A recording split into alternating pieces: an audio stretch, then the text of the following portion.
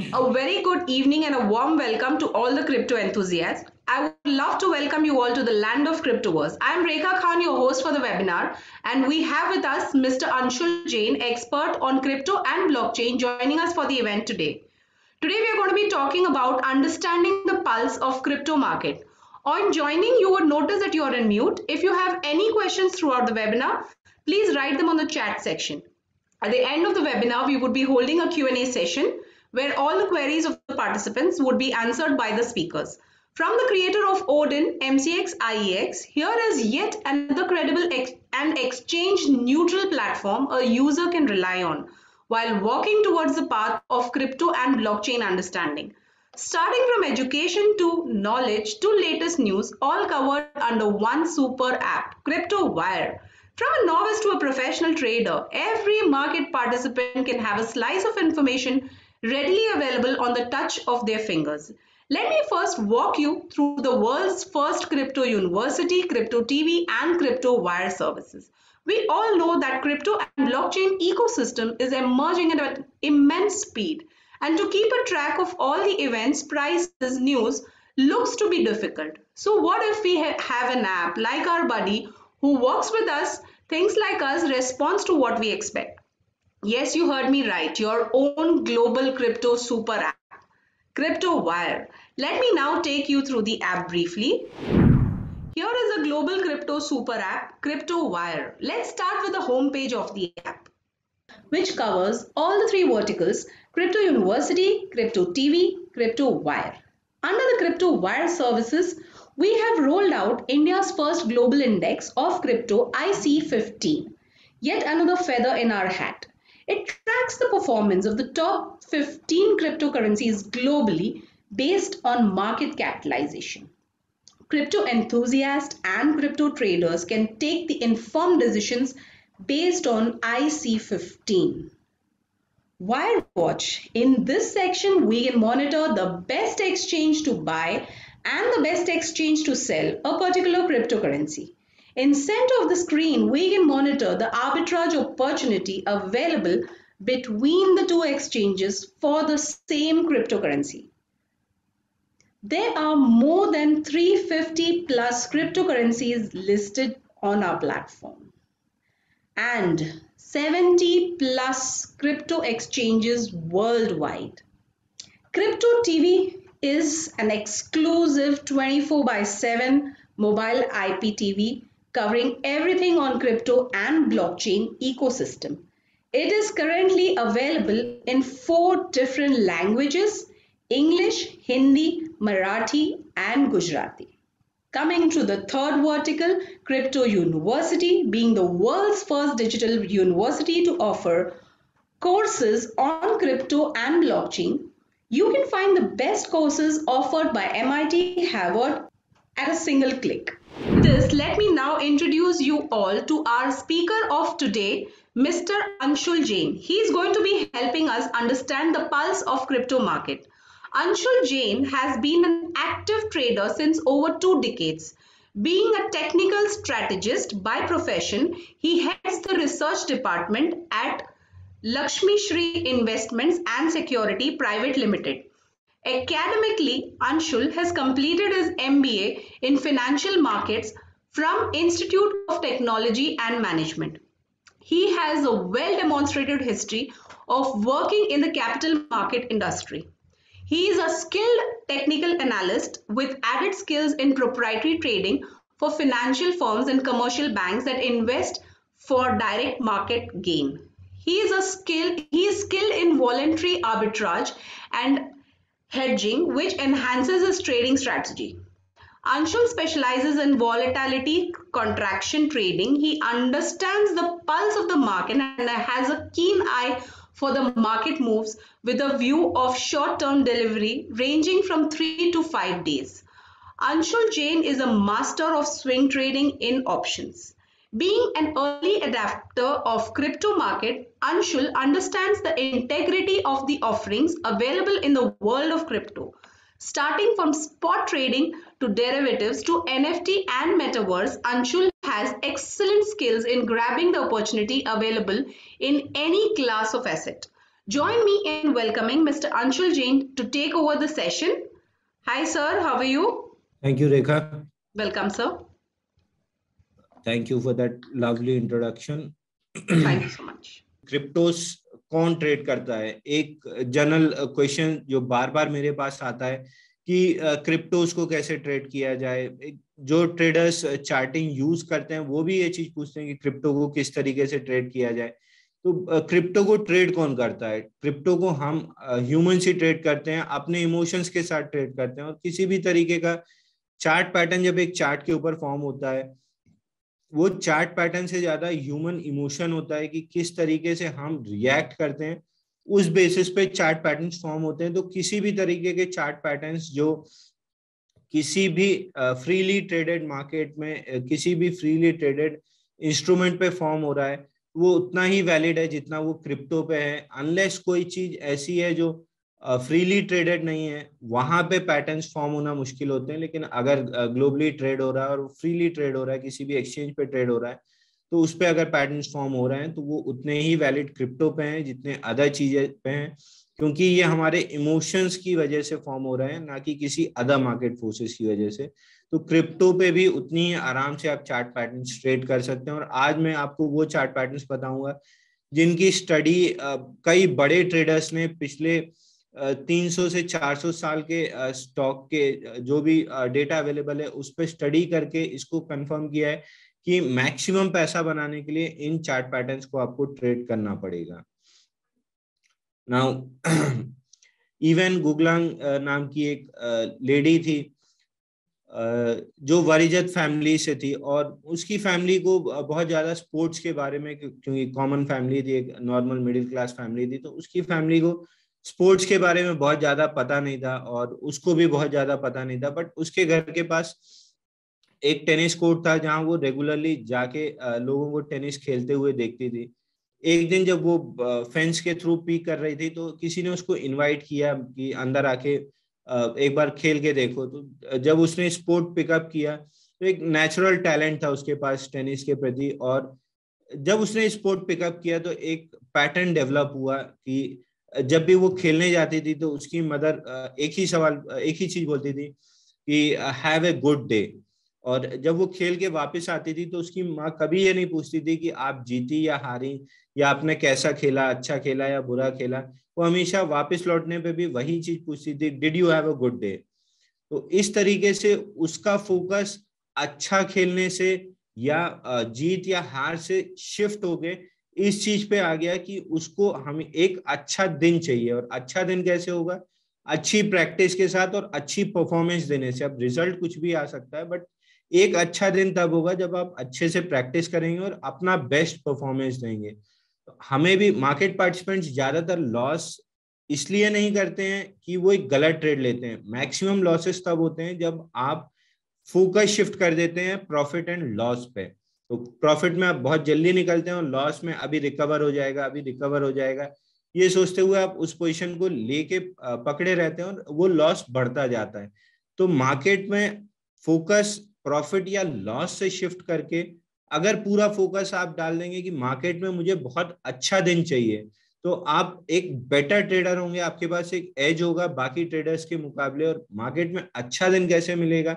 जब आप एक शाम पहले बहुत अच्छे से अपनी प्रिपरेशन कंप्लीट करेंगे कि नेक्स्ट डे, एक कोट है कि plan your trades and execute your plan. अगर शाम को आप अपने ट्रेड्स प्लान कर लेते हैं तो नेक्स्ट डे उनको सिर्फ आपको मार्केट में आके इमोशन लेस एक्सिक्यूट करना है। आपके पास लेवल्स रिटर्न होंगे कि ये लेवल पे ब्रेकआउट है, इसके ऊपर मुझे बाई या सेल करना है, ये मेरा स्टॉप लॉस है, ये मेरा टारगेट है। जब चीजें पूरी तरीके से एक पेपर में आपके सामने प्लान रिटर्न आउट रहेगा तो इमोशंस जो है वो हावी नहीं होंगे। क्योंकि जनरली जो होता है, मैं एक पर्सनल अपना एक्सपीरियंस शेयर करता हूँ कि हम कोई भी शेयर लेते हैं और एक पर्टिकुलर टारगेट होता है हमारा, उस टारगेट पे आने के बाद जब वो 15 या 20% का ऊपर का टारगेट होता है, शॉर्ट टर्म में जब, क्योंकि हम स्विंग ट्रेडिंग कर रहे हैं तो शॉर्ट टर्म में वो टारगेट्स अचीव होते हैं, तो जनरली दिमाग में एक लालच आता है कि यार इतना बढ़ा है और सब चीज अच्छी है तो ये थोड़ा और बढ़ेगा। और उसके बाद वो चीजें टम्बल डाउन होने लगती हैं। जैसे रीसेंट ट्रेड हमने सेप्को में लिया था, बहुत जल्दी से गेन मिले, और अगर हम बुक नहीं करते तो हम वापस वहीं खड़े थे जहां हमने बाई किया था। तो तो इस लालच को और इन सब चीजों को कंट्रोल एक ही चीज कर सकती है, जब आपके पास प्रॉपरली रिटन आउट प्लान्स होंगे। तो if you want to have a good day in market, prepare in advance and execute your plan in the market, right. कई तरह की ट्रेडिंग स्ट्रेटजीज होती हैं जहां लोग काफी 2 महीने 3 महीने से लेके कई साल तक अपनी पोजीशन होल्ड करते हैं, बट क्रिप्टोज में स्पेशली, और जो चार्ट पैटर्न्स आगे हम डिस्कस करने जा रहे हैं वो शॉर्ट टर्म ट्रेडिंग के लिए हैं, जहाँ स्विंग या शॉर्ट टर्म कह सकते हैं, जहाँ between a few hours to few days और somewhere around 2 to 3 weeks position hold करनी चाहिए। इसमें आपको मैक्सिमम बेनिफिट मिलेगा। हम मोस्ट लाइकली क्वांटम मूव्स में इंटरेस्टेड होंगे, ना कि मैग्नीट्यूड मूव्स में। मैग्नीट्यूड मूव्स वो होते हैं जहाँ पे आप लंबे समय के लिए होल्ड करते हैं और बड़ी मूव्स मिलती हैं 300%, 400% की, तो हम उसमें इंटरेस्टेड नहीं है। हम क्वांटम मूव्स में इंटरेस्टेड रहेंगे, जहां एक्सट्रीम शॉर्ट टर्म में हमको मैक्सिमम प्रॉफिट मिले, यानी 3 to 4 वीक्स के अंदर 20 to 30% की मूव्स मिले। क्योंकि अगर हम इनको मल्टीप्लाई करते जाएंगे या कंपाउंड करते जाएंगे इन ट्रेड्स को, तो हमारा अकाउंट बहुत इजीली ग्रो होता रहेगा। Structural tendencies of the market पे आ जाते हैं कि मार्केट किस तरीके से फंक्शन करता है। मार्केट में जनरली 3 to 5 डेज की मूव्स होती हैं एक्सट्रीम शॉर्ट टर्म के लिए, और अगर वीकली चार्ट्स पे बात करें तो 3 to 5 वीक्स की मूव होती है, और उसके बाद फिर नेचुरल रिएक्शन या करेक्शन आना स्टार्ट होता है। तो एक डायरेक्शन में जब मार्केट चलता है तो 3 to 5 डेज की या 3 to 5 वीक्स की, अगर आप वीकली चार्ट यूज कर रहे हैं, तो मूवमेंट होती है, उसके बाद करेक्शन आना स्टार्ट होता है। हम जिन पैटर्न्स की बात कर रहे हैं वो जनरली कंटिन्यूएशन पैटर्न है, तो आपको पहले पीछे से एक बाइंग फोर्स चाहिए होती है। तो after each good run up stock pause करता है, और पॉज करने के बाद जो पैटर्न्स फॉर्म होते हैं ये डिफाइन करते हैं कि ये जो मूवमेंट आया है ये कंटिन्यू होगा या इसका रिवर्सल हो जाएगा, और वापस हम वहीं आके स्टार्ट हो जाएंगे जहां से मूव पूरी स्टार्ट हुई है। तो जनरली एक बड़ी रैली के बाद मार्केट पॉज होता है, जैसे हमने अभी डिस्कस किया, 3 to 5 डेज मूवमेंट आता है, उसके बाद पॉज आता है। तो ये पॉज क्लियरली डिफाइन करता है कि इस मूव को हम आगे प्ले करेंगे या ये स्टॉक को हम डिस्कार्ड कर देंगे। एवरी स्टॉक या एवरी मूवमेंट पहले एक रन अप लेता है, उसके बाद पॉज आता है, पॉज के बाद हम वापस से मूव कंटिन्यू करते हैं। तो ये पॉज डिफाइन करेगा कि इस स्टॉक को हम आगे कंटिन्यू करेंगे या हम इसको डिस्कार्ड करेंगे। जो पैटर्न्स हम डिस्कस करने वाले हैं वो हैं वीसीपी, कप एंड हैंडल और हाई टाइड फ्लैग्स। तीनों पैटर्न एक बड़ी रैली के बाद जब पॉज आता है, उस पॉज फेज में ये तीनों पैटर्न फॉर्म होते हैं। और जब भी ये 3 पैटर्न फॉर्म होते हैं और अगर आपने करेक्टली आइडेंटिफाई किया है, तो आप गेहूं से घुन को अलग कर सकते हैं बहुत आराम से। और उसके बाद जो चीजें इमर्ज होके आएंगी, जो आपकी छोटी वॉच लिस्ट बन के आएगी, वो इतनी पावरफुल होगी कि उन ब्रेकआउट्स को जब आप प्ले करेंगे तो आपके अकाउंट को आराम से मल्टीप्लाई किया जा सकता है। तो आज के टॉपिक में हम डिस्कस करेंगे कप एंड हैंडल पैटर्न क्या है, हिस्ट्री और की एलिमेंट्स, बेनिफिट्स या इनको ट्रेड करने के, किस तरीके से आप इनको कैच कर सकते हैं ब्रेकआउट के जस्ट पहले आपको क्या करना है, और इन दी एंड मैनेजिंग रिस्क, क्योंकि अगर आप रिस्क मैनेज नहीं करेंगे तो आपके पास मैनेज करने के लिए कैपिटल ही नहीं बचेगी।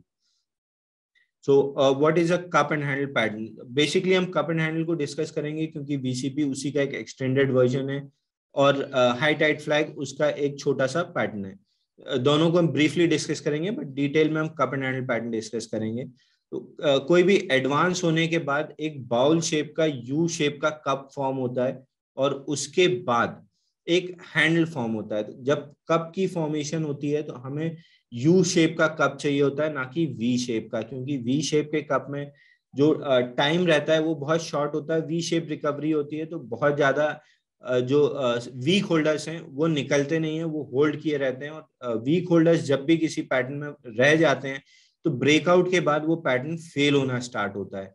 तो जब भी हम कप की फॉर्मेशन देखते हैं तो कप यू शेप का होना चाहिए। अगर आप रोज जैसे हम चाय पीते हैं तो कप एंड सॉसर में एक चाय आती है, तो अगर आप साइड से उसको देखिए तो इस तरीके से कप और हैंडल की फॉर्मेशन होती है।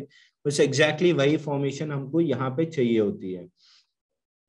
जब कप कंप्लीट होता है तो उसके बाद राइट साइड में एक छोटा सा हैंडल फॉर्म होता है, जो आगे हम एग्जांपल्स में देखेंगे किस तरीके का दिखता है।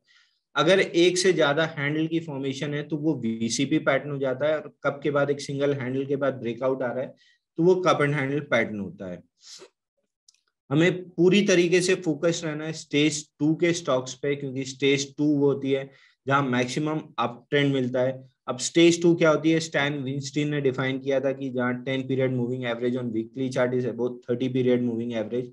बहुत बेसिक सा एक मैं आपको डेफिनेशन दे दे रहा हूँ कि 10 अगर 30 के ऊपर है वीकली चार्ट पे तो हम उसको स्टेज 2 अप ट्रेंड मान के चलते हैं। अगर आपको डिटेल में पढ़ना है तो स्टैन विंस्टीन की बुक्स पढ़ सकते हैं, वहां पे आपको डिटेल एक्सप्लेन किया जाएगा कि किस तरीके से ये पैटर्न स्टेज 2 डिफाइन होता है। Cup and handle pattern William O'Neil ने इंट्रोड्यूस किया था 1988 की अपनी बुक में how to make money in stocks. और मैं कहूंगा इस बुक को अगर आप बाइबल ऑफ स्विंग ट्रेडिंग भी कहेंगे तो ये कोई गलत नहीं होगा, क्योंकि इस बुक को देखते हुए ही बाकी लोगों ने अपने अभी जो सक्सेसफुल ट्रेडर्स हैं उनने अपने वर्क जो डेवलप किए हैं वो इसी बुक से डेवलप किए हैं। और विलियम ओनील ने इस बुक में जो भी चीजें डेवलप की हैं वो प्रीवियस जैसे लेवरमो या डावास की उस चीज से डेवलप की है बुक, बट प्रॉपरली ट्रेड कैसे करना है ये डिफाइन विलियम ओनील ने अपनी इस बुक में किया था। तो इस बुक को आपको पढ़ना मैंडेटरी है अगर आप इन पैटर्न्स को अपनी ट्रेडिंग के लिए यूज करना चाहते हैं। इसके अलावा VCP was developed by mark Minervini, जो एक्सटेंडेड वर्जन है कप एंड हैंडल का। और मार्क मिनर्विनी अपने सेमिनार्स या बुक्स में क्लियरली कहते हैं कि उन्होंने विलियम ओनील के वर्क को ही आगे डेवलप करते हुए इन पैटर्न्स को डेवलप किया है।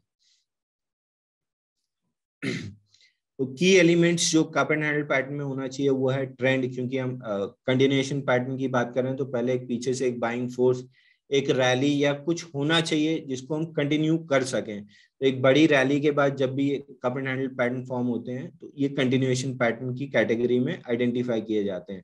अब कुछ cup and handle pattern reversal भी होते हैं, बट जनरली रिवर्सल पैटर्न्स बहुत अच्छे से वर्क नहीं करते हैं क्योंकि ओवरहेड सप्लाई बहुत होती है। और कोई भी पैटर्न जब कप एंड हैंडल वीसीपी या high tight flag 52 week high के आसपास फॉर्म होता है तो ये ब्रेकआउट देना बहुत आसान हो जाता है इन स्टॉक्स के लिए, क्योंकि ओवरहेड सप्लाई नहीं होती और ब्रेकआउट के बाद केवल फ्रेश बायर्स ही इंटरेस्टेड होते हैं और मूव जो मिलनी चाहिए ब्रेकआउट के बाद वो बहुत आराम से मिल जाती है।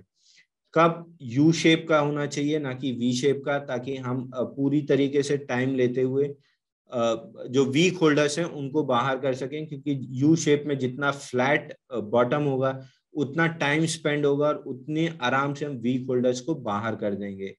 कप की जो डेप्थ होती है वो हाई से 1/3 होनी चाहिए, यानी अगर आपने पूरी रैली ली है 100 पॉइंट्स की तो जो कप की डेप्थ होती है वो मैक्सिमम जो कंसिडर की जाएगी वो 33% रिट्रेसमेंट होगी। जितना कम रिट्रेसमेंट होगा उतना ज्यादा पावरफुल ये पैटर्न होगा। हैंडल्स जनरली कप से 1/3 या 50% होना चाहिए और हैंडल जितना शॉर्ट और टाइट होगा उतनी ज्यादा आराम से ब्रेकआउट किया जा सकता है। ये आगे हम जब एग्जांपल्स पे आएंगे तो वहां क्लियरली दिखेगा कि किस तरीके से राइट साइड में एक्सट्रीमली टाइट होना चाहिए। अब जो अच्छे पैटर्न को अलग करेगा एक लूज या खराब पैटर्न से वो है वॉल्यूम्स। पैटर्न जब फॉर्म हो रहा है आइडियली जब कप का बॉटम फॉर्म हो रहा है एकदम ड्राइड अप वॉल्यूम्स होने चाहिए। अगर पूरी रैली में हमने अगर 100 का वॉल्यूम किया है तो कप फॉर्मेशन में और स्पेशली जब कप का बॉटम फॉर्म हो रहा है तो volume should be less than 30, यानी वॉल्यूम्स एकदम से ड्राई अप हो जाना चाहिए। और जब हैंडल की फॉर्मेशन आ रही है तो वॉल्यूम्स एक्सट्रीमली ड्राइड अप होने चाहिए, यानी अगर हम मिलियंस में ट्रेड किए हैं तो यहाँ थाउजेंड्स में ट्रेड होना चाहिए। और जब ब्रेकआउट आता है तो breakout should be 2x of 30 average volume जिस भी पीरियड पे हम ट्रेड कर रहे हैं, क्योंकि जनरली ट्रेडर्स 75 मिनट्स चार्ट पे लोअर टाइम फ्रेम चार्ट पे आके ट्रेड करते हैं। तो जब भी ब्रेकआउट आ रहा है it should be 2x of 30 period volume जिस भी टाइम फ्रेम पे आप देख रहे हैं। टाइम फ्रेम की अगर बात करें तो वीकली और डेली चार्ट्स पे ये पैटर्न्स बहुत अच्छी तरीके से काम करते हैं। बट अगर आपको एक टाइम फ्रेम लोअर आना है तो at the most 75 minutes time frame है इक्विटी मार्केट्स में जहां ये पैटर्न्स बहुत अच्छे से फॉर्म करते हैं। इससे नीचे अगर हम जाते हैं तो वॉलेटिलिटी बहुत बढ़ जाती है और उतनी ही पैटर्न के सक्सेस होने के चांसेस जो है वो कम होने लगते हैं। तो मेरा अगर आप सजेशन माने तो एनालिसिस के लिए आप वीकली और डेली टाइम फ्रेम यूज करें और ट्रेडिंग करना है तो एट दी मोस्ट नीचे अगर आपको आना है तो 75 मिनट्स, या अगर आप डेली टाइम फ्रेम को स्टिक करके रहेंगे तो आपके सक्सेस होने के चांसेस बहुत ज्यादा रहेंगे।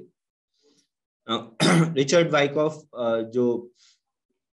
वाइकॉफ की प्राइस एक्शन स्टडी बेसिक है पूरे मार्केट के लिए। अगर हम ये कहें कि ये बैकबोन है पूरे चार्टिंग नीश के लिए तो ये गलत नहीं होगा, क्योंकि रिचर्ड वाइकॉफ का जो पैटर्न था वही हर टेक्निकल ट्रेडर या सक्सेसफुल ट्रेडर यूज करते हुए उस पर अपनी ट्रेडिंग स्ट्रेटजी डेवलप करता है। और उनका एक कोट था कि 3 men came to Wall Street, the first always knew what was the best buy।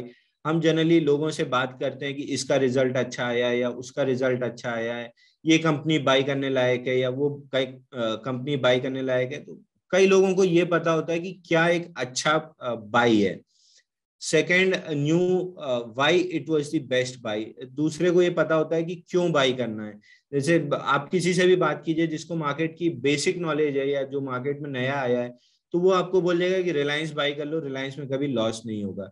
एक होते हैं जिनको ये आइडिया होता है कि मार्केट में क्यों बाई करना है, कि इसके रिजल्ट अच्छे आए हैं, या एक रिसेंट आप ट्रेड ले लीजिए शारदा को, 5 क्वार्टर से रिजल्ट अच्छे आ रहे हैं तो आदमी 1.25 साल से होल्ड करके रखा है लेकिन वो स्टॉक चला नहीं है। तो second was he new why it was the best by. और थर्ड होते हैं कैटेगरी में जिनको ये पता होता है कि कब बाई करना है।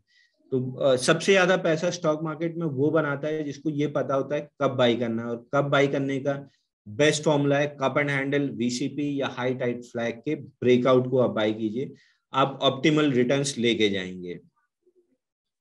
Now, which category do we fall? हम थर्ड कैटेगरी में फॉल करते हैं जिनको ये पता होता है कि कब बाई करना है, और ये कब बाई करना है ये क्लियरली डिफाइन होता है तीनों पैटर्न्स के ब्रेकआउट से।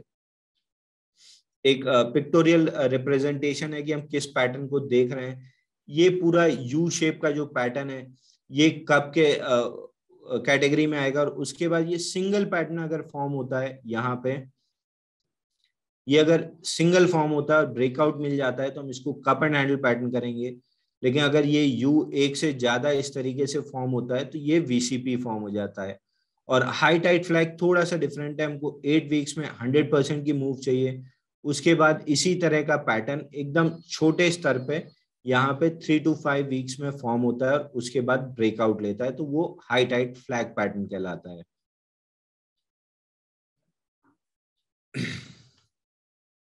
अब आ जाते हैं एग्जाम्पल्स के ऊपर।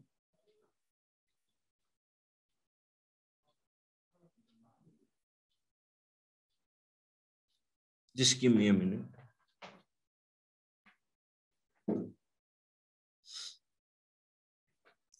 पहला स्टॉक जो हम पहला क्रिप्टो जो हम कंसिडर करेंगे वो ADA USD है। ये लिस्टिंग के बाद यहाँ पे IPO बेस, जो लिस्टिंग का बेस बनता है वो फॉर्म हुआ था, और इस बेस के अंदर VCP की पैटर्न फॉर्मेशन थी।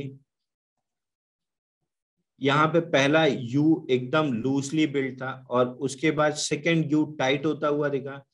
थर्ड पैटर्न VCP का आप देखिए एक्सट्रीमली टाइट था, और उसके बाद 5 दिन के अंदर 437% की मूव थी। यानी अगर आपने 25% कैपिटल पे भी इसको ट्रेड किया है तो आपका अकाउंट ऑलमोस्ट 5 डेज में डबल होता हुआ दिखेगा। अब इतने एक्सट्रीम मूव्स हमेशा नहीं मिलते हैं, जनरली 20-30% की मूव्स होती है, but crypto being new instrument और एक्सट्रीमली वॉलेटाइल होता है, आपके थोड़े से स्टॉप लॉसेस वाइड होते हैं, और प्रॉफिट जो टारगेट होता है अगर आर मल्टीपल पे बात करें तो उतना ही होता है 1:5, 1:6 या 1:10 का, जितना हम इक्विटी मार्केट्स या करेंसी मार्केट्स में करते हैं। बट मूव्स जो क्वांटम ऑफ मूव होती है वो क्रिप्टो में इस समय क्योंकि बहुत वॉलेटाइल है तो थोड़ी सी बड़ी है। अब हमने हाई टाइट फ्लैग की बात की थी, 8 वीक्स में 100% की मूव और उसके बाद कंसोलिडेशन। यहाँ 5 डेज में 100% की मूव थी, उसके बाद आप देखिए एक्सट्रीमली राइट आते हुए ये किस तरीके से टाइट हुआ था और अगेन एक वर्टिकल मूव देता हुआ दिखा था। तो ये यहाँ पे दोनों पैटर्न हमको देखने के लिए मिल गए, VCP और हाई टाइट फ्लैग।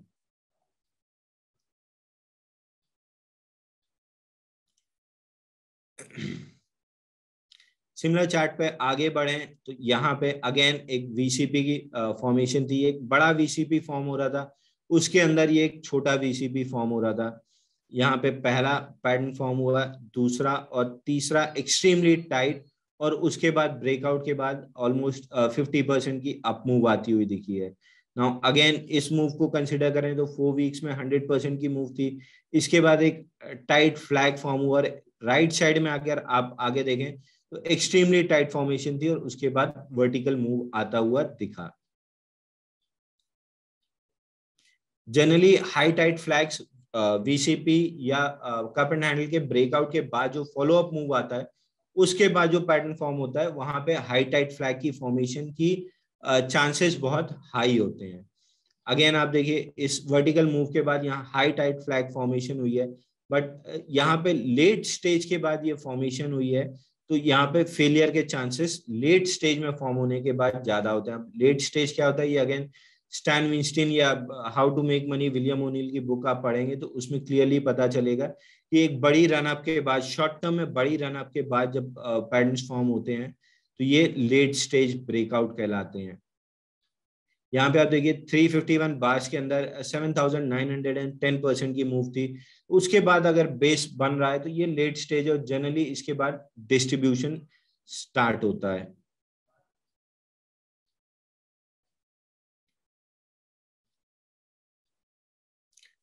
अगले एग्जाम्पल पे आए तो अगला एग्जाम्पल यहाँ पे आईपीओ के बाद या लिस्टिंग के बाद इसमें काफी अच्छी मूव आई थी, और उसके बाद यहाँ पे टाइटनिंग अप स्टार्ट हुई थी। पहला पैटर्न एक्सट्रीमली लूज था, सेकंड उससे थोड़ा टाइट हुआ था, थर्ड उससे टाइट, और fourth just before breakout extremely tight pattern formation थी, और उसके बाद ब्रेकआउट आना स्टार्ट हुआ। और एक जनरल अगर पिक्यूलियरिटी आप देखें तो ब्रेकआउट के जस्ट पहले और एक्सट्रीम राइट में जब कॉन्ट्रैक्शन आना स्टार्ट होता है तो इनसाइड बार की पैटर्न्स फॉर्म होना स्टार्ट होती हैं। तो इनसाइड बार के ब्रेकआउट्स को आप थोड़ा सा अर्ली एंट्री के लिए यूज कर सकते हैं, नहीं तो पिवट के ऊपर जब भी ब्रेकआउट आता है वहां से बाय किया जा सकता है। तो यहाँ पे वीसीपी ब्रेकआउट के बाद अगेन हाई टाइट फ्लैग की फॉर्मेशन थी, और हाई टाइट के फ्लैग के बाद अगेन एक बड़ा ब्रेकआउट आता हुआ दिखा है। अगेन यहाँ हाई टाइट फ्लैग के एक्सट्रीम राइट पे देखें तो यहाँ पे इनसाइड बार पैटर्न्स फॉर्म हुए थे, और इसके बाद आप अर्ली एंट्री ले सकते थे। यहाँ 10-12% का आपको मूव ब्रेकआउट के पहले आप 10-12% प्रॉफिट में होते हैं। तो यहाँ से इस तरीके छोटे छोटे न्यूएंसेस यूज करके आप अर्ली एंट्री ले सकते हैं किसी भी इंस्ट्रूमेंट के अंदर।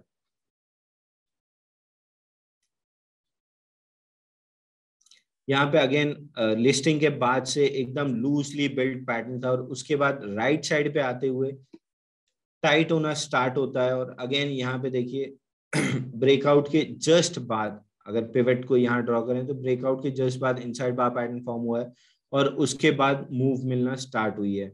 पहले पैटर्न को देखें तो यहाँ पे लूजली बिल्ड था, और उसके बाद सेकंड यहाँ कप एंड हैंडल में हैंडल एक्सट्रीमली, आप देखिए पहली डेप्थ कितनी ज्यादा थी, और हैंडल में आप देखिए कितनी टाइट थी। तो इस तरीके से पैटर्न जब राइट साइड पे आना स्टार्ट होता है तो वहां पे आपको टाइटनेस देखनी है कि कितनी वो टाइट होता जा रहा है, क्योंकि जितना पैटर्न टाइट होगा उतनी ज्यादा यहाँ पे जो है सप्लाई बाहर हो चुकी होगी। आप उसको इस तरीके से समझिए, किसी भी टावल को आप बाल्टी भर पानी में डालिए और उसको निकाल के घुमाना स्टार्ट कीजिए तो बहुत सारा पानी उसमें से निकलेगा। तो ये पहला फेज था जहाँ आप बाल्टी में से निकालें और पानी निकलना स्टार्ट हुआ है। आप जितनी बार उसको वापस खोल के घुमाएंगे तो लास्ट टाइम में जब आप उसको एकदम टाइटली घुमाएंगे तो बहुत कम पानी निकलेगा पहली बार के मुकाबले। तो ये कुछ उसी तरीके से है कि पहले करेक्शन में बहुत ज्यादा सप्लाई आती हुई दिखी, और लास्ट करेक्शन में सप्लाई बिल्कुल ड्राई अप होती हुई दिखी है। अगले पैटर्न पे आए तो यहाँ पे अगेन सप्लाई बहुत ज्यादा थी, और जब हम राइट साइड में अगेन हमारा इंटरेस्ट हमेशा पूरे पैटर्न की जगह राइट साइड में जितना आप फोकस करेंगे उतना पैटर्न स्टडी करना आसान हो जाएगा। कई लोगों को जैसे मैंने देखा है जो मेरे साथ सीखना स्टार्ट किए थे वो यहाँ से पैटर्न को ड्रॉ करना स्टार्ट करेंगे।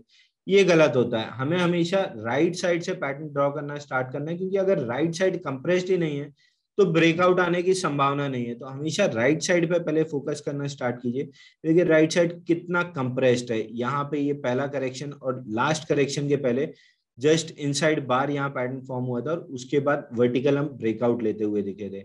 अगेन पूरी चीजों में अगर आप देखें तो सिमिलैरिटी है, ब्रेकआउट आने के बाद, कप एंड हैंडल या वीसीपी से ब्रेकआउट आने के बाद हाई टाइट फ्लैग की फॉर्मेशन होती है और वहां से वापस से कंटिन्यूएशन मूव मिलती है। तो कोई भी स्टॉक अगर या कोई भी इंस्ट्रूमेंट अगर आप ट्रेड कर रहे हैं और उसमें से वीसीपी या कप एंड हैंडल का ब्रेकआउट आया और मूव वर्टिकल आती हुई दिखी है मोर देन 100% की, तो उस स्टॉक को डिस्कार्ड मत कीजिए। प्रॉफिट बुक करने के बाद उसको अपनी वॉच लिस्ट में बना के रखिए, क्योंकि हाई चांसेस है 3 to 5 वीक्स के बाद उसमें हाई टाइट फ्लैग की फॉर्मेशन होगी। अगेन यहाँ पे एक्सट्रीम एंड पे आए तो एक वीसीपी की फॉर्मेशन है, इनसाइड बार की भी फॉर्मेशन थी और ब्रेकआउट भी काफी अच्छा आया। ब्रेकआउट के बाद मूव भी ठीक ठाक मिला, बट यहाँ पे इवेंचुअली ये फेल होता हुआ दिखा है, क्योंकि अगेन ये लेट स्टेज ब्रेकआउट था। अगर आप पूरी मूव को देखें तो ब्रेकआउट के जस्ट पहले 42,655% की मूव थी। इतनी बड़ी मूव के बाद अगर ब्रेकआउट्स प्ले करने की कोशिश करेंगे तो इवेंचुअली ये फेल होते हुए दिखेंगे। अगले एग्जांपल को लें तो यहाँ पे पूरे मार्केट करेक्शन होने के बाद यहाँ पे हायर लो की फॉर्मेशन थी और हायर लो के बाद यहाँ हायर लो में वीसीपी की फॉर्मेशन थी। एक्सट्रीम राइट पे आते हुए देखें तो यहाँ पे एकदम टाइट फॉर्मेशन थी। ये पहला करेक्शन था, सेकंड करेक्शन था और थर्ड करेक्शन आते आते एक्सट्रीम राइट पे जब आएंगे तो एक्सट्रीमली टाइट कंसोलिडेशन थी और उसके बाद ब्रेकआउट देखिए। तो कभी भी पैटर्न को जज करते समय एक्सट्रीम राइट को देखिए, एक्सट्रीम राइट को देखिए कि पैटर्न किस तरीके से टाइट होता हुआ दिखा है, क्योंकि राइट साइड में अगर टाइटनेस और कॉन्ट्रैक्शन नहीं है तो ब्रेकआउट फेल होने की संभावना उतनी ही ज्यादा रहेगी। इसमें एक्सट्रीमली टाइट कंसोलिडेशन थी टुवर्ड्स दी राइट और उसके बाद वर्टिकल ब्रेकआउट आता हुआ दिखा है।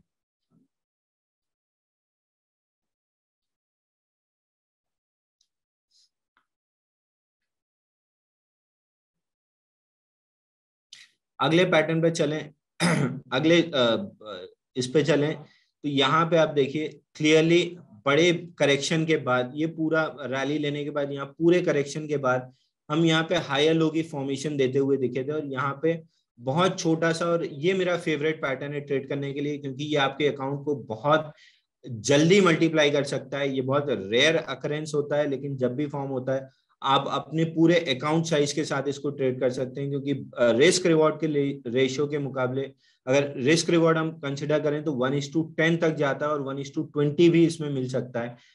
एक्सट्रीम शॉर्ट टर्म में 100% की रैली और टाइट फ्लैग जो है वो 5 से 7 ही दिन का रहा है और यहाँ पे इनसाइड बार की पैटर्न फॉर्मेशन रही है टुवर्ड्स दी एक चौथे ही पांचवें दिन यहाँ पे एक्सट्रीमली टाइट होता हुआ दिखा और इनसाइड बार की जब ब्रेकआउट आई है, आप देखिए इसने ब्रेकआउट के बाद 6 दिन के अंदर 620% की मूव दी है। और आपका स्टॉप लॉस अगर इस ब्रेकआउट से पकड़ूं और इस स्विंग लो के नीचे पकड़ूं, केवल 9% अगर आप रिस्क कर रहे होते तो 620% की ब्रेकआउट आपको 5 दिन के अंदर मिलती। यानी रिस्क रिवॉर्ड अब आप कैलकुलेट कर सकते हैं कि 10% के सामने 620% की मूव है, यानी 1:62 का मूव आपको देखने के लिए मिलेगा। इसके बाद वापस से यहाँ पे एक फ्लैग की फॉर्मेशन थी, थोड़ा सा लूज था, बट इवेंचुअली इनसाइड बार की ब्रेकआउट अगर आपने बाई की होती तो पिवट ब्रेकआउट से आप पहले ही प्रॉफिट में होते। जब लोग पिवट ब्रेकआउट बाई कर रहे थे तब आप शायद अपनी स्केल आउट कर रहे होते। और अगेन पिवट भी बाई किया आपने, पिवट ब्रेकआउट भी बाई किया है तो आपको 400% की मूव मिली है। लेकिन अगर इनसाइड बार पे आपको अर्ली एंट्री मिली है तो समवेयर अराउंड 1075% की मूव है। तो अगेन मैं ये कहूंगा क्रिप्टोज आर एक्सट्रीमली वॉलेटाइल और इसमें ट्रेडिंग और एक ट्रेडर को क्या चाहिए, वॉलेटिलिटी। आप एक छोटी सी एक 7-8%, 9% की रिस्क ले रहे हैं और सामने आपको 1:10, 1:20 के ट्रेड्स मिल जाए। अगेन अगला जो एग्जांपल हम ले रहे हैं इसमें भी सिमिलर पैटर्न है। बड़ी मूव आई, उसके बाद आप कॉन्ट्रैक्ट करते हुए देखे, 411% की मूव थी। उसके बाद आप 2 वीक्स के लिए कॉन्ट्रैक्ट करते हुए दिखे। राइट साइड पे आए तो यहाँ पे इस बड़ी कैंडल के अंदर ही हमने 5 दिन स्पेंड किए, पूरी 5 दिन इनसाइड बार थे और उसके बाद ब्रेकआउट आता हुआ दिखा। ब्रेकआउट अगर आपने इनसाइड बार के ब्रेकआउट पे प्ले किया तो 6 दिन के अंदर 200% की मूव रही है और रिस्क आपका था केवल अगर इनसाइड बार से स्विंग लो पकड़ के चलें स्टॉप लॉस तो केवल 7.5% की रिस्क के सामने 208% की मूव आती हुई मिली है आपको।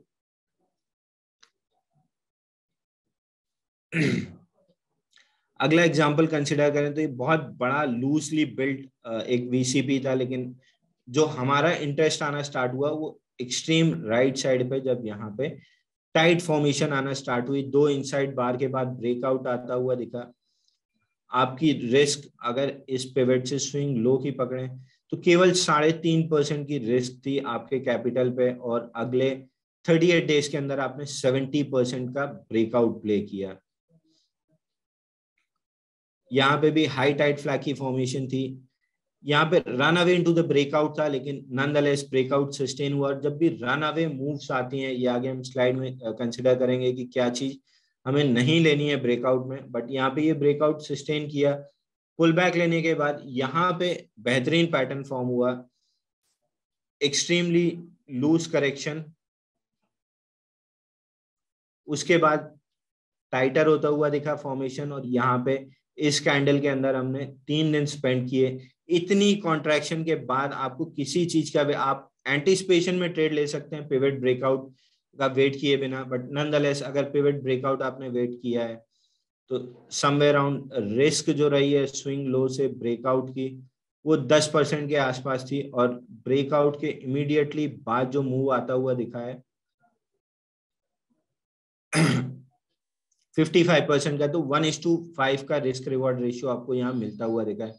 तो अगर आप क्रिप्टो ट्रेड कर रहे हैं तो रिस्क रिवॉर्ड के लिहाज से आपके लिए क्रिप्टो इस समय, अगर मार्केट में अगर मैं किसी इंस्ट्रूमेंट की बात करूं जो रिस्क रिवॉर्ड के लिहाज से सबसे ज्यादा फेवरेबल है तो वो क्रिप्टोज है। एक 8 से 10% की रिस्क आती है, अगर आपने पैटर्न करेक्टली आइडेंटिफाई किया है तो 10% से ज्यादा की रिस्क कभी आपके ट्रेड पे नहीं होगी, और सामने जो रिटर्न मिलेंगे वो 1:5 से 1:60 तक के हमने अभी एग्जांपल्स भी देखे हैं, 1:60 के आसपास तक की मूव्स देखने के लिए मिलेंगी। अगले कॉन्सेप्ट पे आते हैं जो है फ्रैक्टल्स। फ्रैक्टल्स वो होते हैं जहाँ पैटर्न के अंदर पैटर्न फॉर्म होते हैं, और जब बड़े पैटर्न के अंदर छोटे पैटर्न्स फॉर्म होते हैं तो आप साइज एक्यूमुलेट कर सकते हैं। हर छोटे पैटर्न के ब्रेकआउट पे आप अपनी पोजीशन बढ़ाते चलिए, और जब बड़े पैटर्न का ब्रेकआउट आता है तो एकदम एक्सट्रीमली वर्टिकल मूव आती हुई दिखती है। यहाँ पे एक बड़े पैटर्न के अंदर छोटा पैटर्न फॉर्म होता हुआ दिखा, और उसके बाद एक बड़ी मूव आती हुई यहाँ पे दिखना स्टार्ट हुई थी। अगेन फेज में देखें तो यहाँ पे एक बड़े वीसीपी के अंदर 2 छोटे वीसीपी फॉर्म हुए थे। तो यहाँ जब भी पैटर्न आपकी साइज एक्यूमुलेट हुई है और इस ब्रेकआउट के बाद आप देखिए वर्टिकल मूव आता हुआ दिखा है 60 रुपए से 210 रुपए तक, तो स्टॉक ऑलमोस्ट ट्रिपल होता हुआ दिखा है। जब भी फ्रैक्टल्स फॉर्म हो रहे हैं तो उसको वेटेज ज्यादा दीजिए और पोजिशन एक्यूमुलेट करके रखिए। जब भी बड़े पैटर्न का ब्रेकआउट आएगा तो वर्टिकली मूव लेते हुए जाएगा। Benefits of trading cup and handle pattern, अगर हम बेनिफिट्स की बात करें तो टाइम एंड मनी लेवरेज हो रहा है, क्योंकि हम ट्रेडर्स हैं, हमारे पास लिमिटेड कैपिटल है, तो ना सिर्फ हमें मूव चाहिए बल्कि हमें क्विक मूव चाहिए, क्योंकि हमें अपने कैपिटल को मल्टीप्लाई करना है, यहीं से हमारे एक्सपेंसेस निकलेंगे। तो हम उस मूव को प्ले नहीं कर सकते जो एक महीने में 10% की मूव आ रही है या सालाना 18 या 20% की रिटर्न हम लेके निकले। हम ट्रेडर्स हैं और हमें अपनी कैपिटल को फटाफट चर्न करना है, तो हमको टाइम और मनी दोनों पे लिवरेज प्ले करना होगा। Cup and handle pattern, BCP या हाई टाइट फ्लैग, तीनों इसी चीज को लिवरेज करती है। हम शॉर्ट टर्म में एक बड़ी मूव प्ले कर सकते हैं, 1:5 से 1:60 तक के मूव्स प्ले किए जा सकते हैं। अगर पैटर्न गलत है तो आपको क्विकली पता चल जाएगा, क्योंकि ये ब्रेकआउट पॉइंट के नीचे आना स्टार्ट होगा। इस चीज से क्लियर हो जाएगा कि ये पैटर्न गलत है। हमने जो एनालाइज किया था ये एनालिसिस गलत जाता हुआ दिख रहा है। क्विकली आप एक 1 आवर की रिस्क पे बाहर हो सकते हैं। आप टाइम वेस्ट नहीं करेंगे। कोई एक स्टॉप लॉस, अब मान के चलिए कोई पोजीशन हमने ली है जो तीसरे दिन हमारा स्टॉप लॉस हिट कर गई है, एक पोजीशन है जो 15 दिन बाद स्टॉप लॉस हिट की है, तो मैं अगर ट्रेड करना पसंद करूंगा तो मैं अगर लॉस मेकिंग ट्रेड है तो मैं वो चाहूंगा कि तीसरे दिन मेरा स्टॉप लॉस हिट कर जाए, ताकि मैं अपनी कैपिटल को दूसरी जगह इन्वेस्ट करके वहां पे ट्रेडिंग से इस लॉस को रिकवर करके प्रॉफिट निकाल सकूं, बजाय 15 दिन बाद स्टॉप लॉस हिट हो। तो अगर आप पोजीशन में जा रहे हैं और दूसरे तीसरे दिन या इमीडिएटली आपका स्टॉप लॉस हिट हो रहा है तो उस पर डिमोरलाइज होने की जगह खुश रहिए कि फटाफट आपकी कैपिटल फ्री हो गई और अगले पैटर्न को ढूंढिए जो आपको इस कैपिटल को चर्न करने में मदद कर सके। How to catch a cup and handle pattern breakout, ये आप तभी प्रॉपरली इस सेटअप पे काम कर सकते हैं जब आप स्कैनर्स पे डिपेंड करने की जगह, क्योंकि जब भी मैं किसी से बात करता हूँ हर आदमी का एक ही सवाल या इंटरेस्ट ये होता है कि आप अपना बस स्कैनर दे दीजिए, आप स्कैन कैसे करते हैं ये बता दीजिए। स्कैन आपको आउटपुट देगा, लेकिन रिजल्ट्स आपकी ट्रेडिंग के तब आएंगे जब आप एक शाम पहले प्रिपेयर करके रखेंगे कि उस स्कैनर से जो रिजल्ट आए हैं। जैसे एक मेरा बहुत खास फ्रेंड है, उसको बस इस चीज में इंटरेस्ट था कि तू अपना स्कैनर दे दे, मैं बाकी सब देख लूंगा। अब उसकी आदत क्या है, वो लाइव मार्केट में स्कैनर रन करता है, तो लाइव मार्केट में 6 7 8 ब्रेकआउट एक साथ आ रहे हैं। आप लाइव मार्केट में जब आप 1 2 5 मिनट के अंदर डिसीजन लेने की कोशिश करेंगे, मोस्ट लाइकली इमोशंस इतने हावी होंगे कि आप गलत ही डिसीजन लेंगे। लेकिन वही अगर आपने शाम को प्रिपेयर करके रखा है तो आपके पास एक छोटी सी वॉच लिस्ट होगी, आपके लेवल्स क्लियरली डिफाइन होंगे, और जस्ट ब्रेकआउट के थोड़ा सा पहले आप अपने अलर्ट सेट करके रखिए, क्योंकि जब वो ब्रेकआउट के अंदर जाएगा बाकी सारे ट्रेडर्स एक साथ बाइंग ऑर्डर पुश करेंगे, तो ब्रेकआउट से आप जब तक 1 2 मिनट सोचने में लगाएंगे वो शायद 4 या 5% का मूव ले चुका रहेगा। तो जो भी आप पैटर्न आइडेंटिफाई किए हैं जिसका ब्रेकआउट पॉइंट 100 रुपए का है, तो आप 99.5 पे अलर्ट लगा के रखिए। जब 99.5 हिट करेगा उसके बाद ही वो 100 जाके ब्रेकआउट हिट करेगा, तो 99.5 से आपकी वॉच लिस्ट पे आ जाएगा, आप सामने उसको देखने लगेंगे कि ये जस्ट इनटू ब्रेकआउट जा रहा है। तो जब 100 के ऊपर ब्रेकआउट आना स्टार्ट होगा तो आपके पास एक एडवांटेज होगा। जनरली लोग 100 पे अलर्ट लगा के रखते हैं और ब्रेकआउट आने के बाद ट्रेड करते हैं, तो थोड़ा सा ब्रेकआउट के पहले अलर्ट्स लगा के रखिए। कितनी साइज लेनी है, कितनी क्वांटिटी लेनी है, क्या स्टॉप लॉस रहेगा, ये आपके पास पहले से प्रिपेयर होगा, तो आप फटाफट उस पर एक्ट कर सकते हैं। रिस्क मैनेज एक सबसे इंपॉर्टेंट चीज है। आप एक अच्छे ट्रेडर, एक अच्छे पैटर्न को एक खराब पैटर्न से जो डिफरेंशिएट करता है वो है वॉल्यूम। एक अच्छे ट्रेडर को एक खराब ट्रेडर से जो डिफरेंशिएट करता है वो है रिस्क मैनेजमेंट। अगर आपको यही नहीं पता है कि कितनी क्वांटिटी मुझे लेनी है, किस साइज पे मैं ट्रेड करूंगा, तो हमेशा आपके प्रॉफिट के सौदे छोटी छोटी साइज पे होंगे और लॉस मेकिंग सौदे बड़ी साइज पे होंगे। क्योंकि जब आप स्टार्ट करेंगे तो छोटे छोटे ट्रेड से स्टार्ट करेंगे, एक 8 10 ट्रेड जब प्रॉफिट में जाएंगे, कॉन्फिडेंस ग्रो होगा, आप बड़ी पोजीशन लेंगे और तब आपको एक स्टॉप हिट करेगा। यानी आपने 2 2 रुपए कमाए और एक साथ जब स्टॉप हिट किया तो 20 रुपए का हिट किया, आप वहीं के वहीं आके ही आप और ज्यादा आप अपनी अकाउंट को लॉस में ले जाएंगे। तो हमेशा एडवांस में प्रिपेयर कीजिए किस साइज पे मुझे बाय करना है, कितनी क्वांटिटी, किस पोजीशन साइज पे मैं ट्रेड करूंगा। मेरा मैं एक बेस लाइन आपको अपना दे देता हूं कि मैं जनरली जब भी ट्रेड करता हूं मैं 20 या 25% ऑफ द कैपिटल एक स्टॉक में कमिट करता हूं, और मैक्सिमम 2 पोजीशंस मेरी ओपन होती है। यानी at any given point in time मैं 50% हमेशा कैश पर रहता हूं। मैक्सिमम पोजीशन जो मेरी होती है वो 75% इन्वेस्टेड होती है, 25% मेरे पास हमेशा कैश रखा हुआ होता है कि एडवर्स कंडीशंस कभी कुछ आती हैं तो उस चीज के लिए काम आएगा।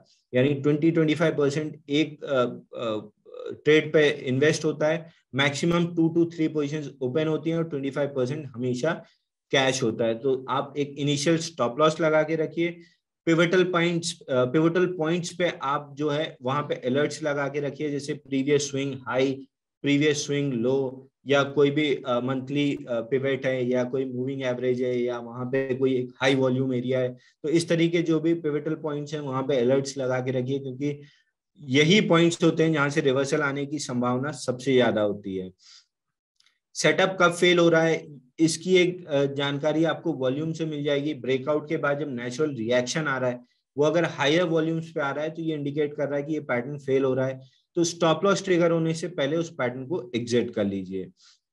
और जब भी इनिशियल जो स्टॉप लॉस आपने 7 या 8% का लिया है, अगर आपका इंस्ट्रूमेंट 8 से ज्यादा % की प्रॉफिट दे रहा है तो पहले एक 20-25% बुक करके रिस्क फ्री होने की कोशिश कीजिए। 2 आर या 3 आर पे 50% पोजीशन बुक कर लीजिए।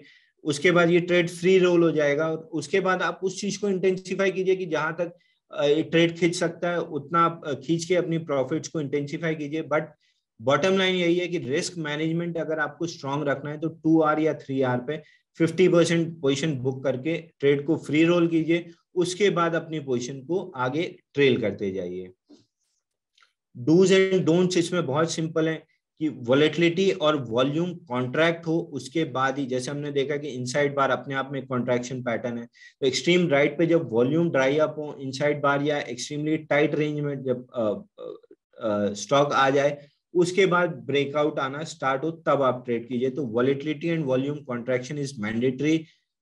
कॉज आइडेंटिफाई कीजिए, कॉज एंड इफेक्ट, ये वाइकॉफ टर्म है, जब वाइकॉफ आप पढ़ेंगे तो वहां पे आप कॉज एंड इफेक्ट मिलेगा। तो आइडेंटिफाई दी कॉज, कॉज को क्लियरली आइडेंटिफाई कीजिए कि कितना बड़ा कॉज है, जितना बड़ा कॉज होगा उतना बड़ा उसका इफेक्ट होगा।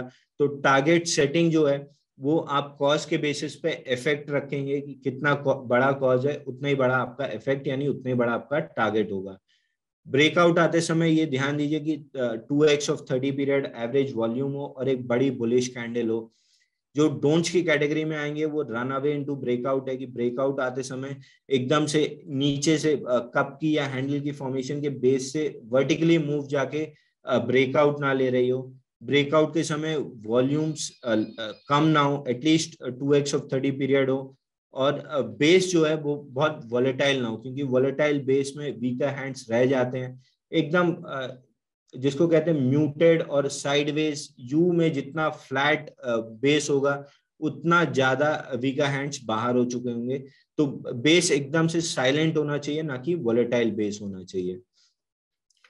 ब्रेकआउट आने के बाद जब नेचुरल रिएक्शन आता है तो यहाँ पे डिफरेंशिएट होता है कि आपको इसको ट्रेल करना है या इसको बुक करके जाना है। अगर ब्रेकआउट आने के बाद जब नेचुरल रिएक्शन आ रहा है, हायर वॉल्यूम्स पे आ रहा है, यानी ये एक अंडे की तरह है, ये नीचे आके फूट जाएगा। और जो अच्छे स्टॉक होते हैं वो नेचुरल रिएक्शन लोअर वॉल्यूम्स पे आते हैं और टेनिस बॉल की तरह बाउंस बैक करके ऊपर नए हाइज बनाते हैं।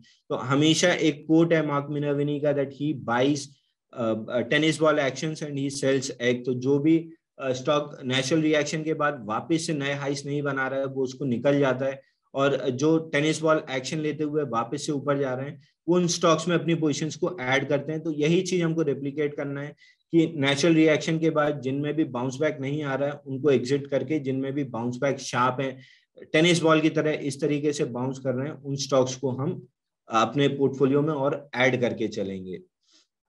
अब सुन त्जू की एक कोट है, invincibility lies in defence and probability of victory in attack. अगर आप अपने स्टॉप लॉसेस को रिटर्न ऑन कैपिटल की जगह रिटर्न ऑफ कैपिटल पे फोकस रखेंगे शुरुआती स्टेज में, तो रिटर्न ऑन कैपिटल मिलेगा। क्योंकि अगर आपके पास रिस्क मैनेज नहीं करेंगे तो कुछ भी मैनेज करने के लिए आपके पास कैपिटल ही नहीं बचेगी। मुन्ना भैया का एक डायलॉग था अमेजोन की जो सीरीज थी उसमें, मिर्जापुर, कि अमर हम हैं तुम नहीं, तो मार्केट अमर है, आप और हम अमर नहीं है, हमारी कैपिटल अमर नहीं है। अपनी कैपिटल को पहले प्रोटेक्ट कीजिए, उसके बाद उस पर रिटर्न लेने की कोशिश कीजिए। तो return of capital is supreme, यही अटमोस्ट आपका टारगेट है कि पहले रिटर्न ऑफ कैपिटल पे फोकस कीजिए, उसके बाद रिटर्न ऑन कैपिटल पे फोकस कीजिए। एक बार जहां इन पैटर्न्स को अगर आप क्लियरली अपने दिमाग में सेट कर लेंगे, ये 2-3 बुक्स जो इनिशियली मैंने आपको कही है इनको अगर आप पढ़ेंगे तो ये चीजें आपके दिमाग में बहुत आराम से सेट होंगी, और उसके बाद आप अगर ट्रेड करेंगे तो आपके अकाउंट को ग्रो करने से कोई नहीं रोक सकता है। इसके साथ मैं अपनी प्रेजेंटेशन खत्म करूंगा। Thank you for the opportunity. कोई क्वेश्चन है तो हम ले सकते हैं। सर थैंक यू अंशुल, बहुत ही अच्छा प्रेजेंटेशन दिया आपने। That Thank was you. very informative, and we would like to thank you for the time taken out on sharing your views on today's topic. We really appreciate your efforts taken to enlighten us in the world of crypto and blockchain. That was a really nice presentation, sir. Thank you. I would also like to thank all the wonderful audiences who have shown interest in learning and making informed decisions before entering the crypto market. I would now request Anshul to kindly address the questions raised by our audience. There are a few questions that have come into us, sir. I'll be sharing those questions with you. If you could kindly answer for those. Yeah, sure. There is one question which is come in. What will be the targets? देखिए, इसमें target आप 2 तरीके से रख सकते हैं। अगर आपकी रिस्क 8% की है, या जो भी रिस्क आप ले रहे हैं, जो भी आपका स्टॉप लॉस आ रहा है, तो उसके 3R और 4R पे अगर 1R आपकी रिस्क आ रही है कि आपका स्टॉप लॉस 10 रुपए का है, तो आप 3R या 4R पे अपनी पहली 50% पोजिशन बुक कर लीजिए और उसके बाद उसको ट्रेल करते जाइए जब तक वो अप ट्रेंड में है। आप उसको ट्रेल करते रहिए और जब आपका stop loss trailing stop loss trigger हो, अपनी पूरी प्रॉफिट बुक करके बाहर हो लीजिए, क्योंकि विनिंग पोजीशन हमेशा 3R पे पहली स्केल होनी चाहिए ताकि आपके लॉसेस जो स्मॉल लॉसेस हैं वो फाइनेंस होते रहें। Cool. Thank you. Are these pattern valid on all time frames? देखिए ये पैटर्न हर टाइम फ्रेम पे वैलिड है। आप 60 मिनट्स के चार्ट पे जाइए, डेली पे जाइए, वीकली पे जाइए, मंथली पे जाइए या ईयरली पे जाइए या उससे बड़े टाइम फ्रेम के चार्ट पे जाइए। बट जितना आप लोअर टाइम फ्रेम पे आते जाएंगे, पैटर्न में वॉलेटिलिटी उतनी बढ़ती जाएगी और फेलियर की प्रोबेबिलिटी उतनी हाई होगी। इसलिए जो मिनिमम टाइम फ्रेम मैं सजेस्ट करूंगा, अगर आप एक्सपर्ट हैं, आपको एक 8-10 साल हो गया है चार्ट रीड करते हुए, तो आप आर्ली चार्ट्स पे ट्राई कर सकते हैं। बट अगर डेली और वीकली को आप यूज करेंगे तो आपकी सक्सेस की प्रोबेबिलिटी हाई होगी, वहां पे फेलियर रेट बहुत कम होता है। Okay, thank you, sir. There is a third question which is coming to us. What should be the initial stop loss? Extreme right पे जब हैंडल फॉर्म हो रहा है या वीसीपी का लास्ट जो कॉन्ट्रैक्शन फॉर्म हो रहा है, वो जो पिवट पॉइंट बनेगा उसके नीचे अगर आप स्टॉप लॉस लगाएंगे तो ये एक आइडियल स्टॉप लॉस है, क्योंकि अगर ये पैटर्न अच्छा है और वैलिड है तो वो उस पॉइंट को कभी क्रॉस नहीं करेगा before hitting your target. Thank you. There is one question which is just coming now. How do you trail your positions post breakout? You can trail your position. There are numerous ways to trail your positions. What I generally do is कि अगर 3R पे मैंने 50% book किया है तो इसके बाद अब मैं 1.5R के बाद इन चीज को ट्रेल करना चालू करता हूँ कि अगर वो 5R तक पोजीशन पहुंच गई है तो मैं 3.5R पे अपनी रिस्क कर दूंगा। अगर वो 10R पे पहुंच गया है तो मैं 8.5R पे अपनी स्टॉप को ट्रेल कर दूंगा। एक अदर इजी वे है ट्रेल करने के लिए, क्योंकि हम बड़ी मूव शॉर्ट टर्म में प्ले कर रहे हैं, तो आप 10 या 20 पीरियड मूविंग एवरेज को लगाते हुए उसके हिसाब से पोजीशन ट्रेल कर लेते हैं। इन जनरल मेरा जो तरीका है, मैं 10 मूविंग एवरेज या 1.5R के साथ ट्रेल करना पसंद करता हूं, क्योंकि एक बार जहां 10 पीरियड मूविंग एवरेज के नीचे क्लोज हुआ, जनरली स्टॉक 20 के नीचे भी क्लोज होता है। तो अगर मुझे दोनों में से सिलेक्ट करना है तो I better select 10 period moving average. और अगर आप आर मल्टीपल्स पे नहीं इनिशियली आपको वो चीज कॉन्सेप्ट क्लियर नहीं है तो बेटर है कि आप 10 पीरियड मूविंग एवरेज के साथ अपनी पोजीशन को ट्रेल कर सकते हैं। Sure, thank you. I think that was the last question. We haven't got any more questions as of yet, so I think we will close with the Q&A session now.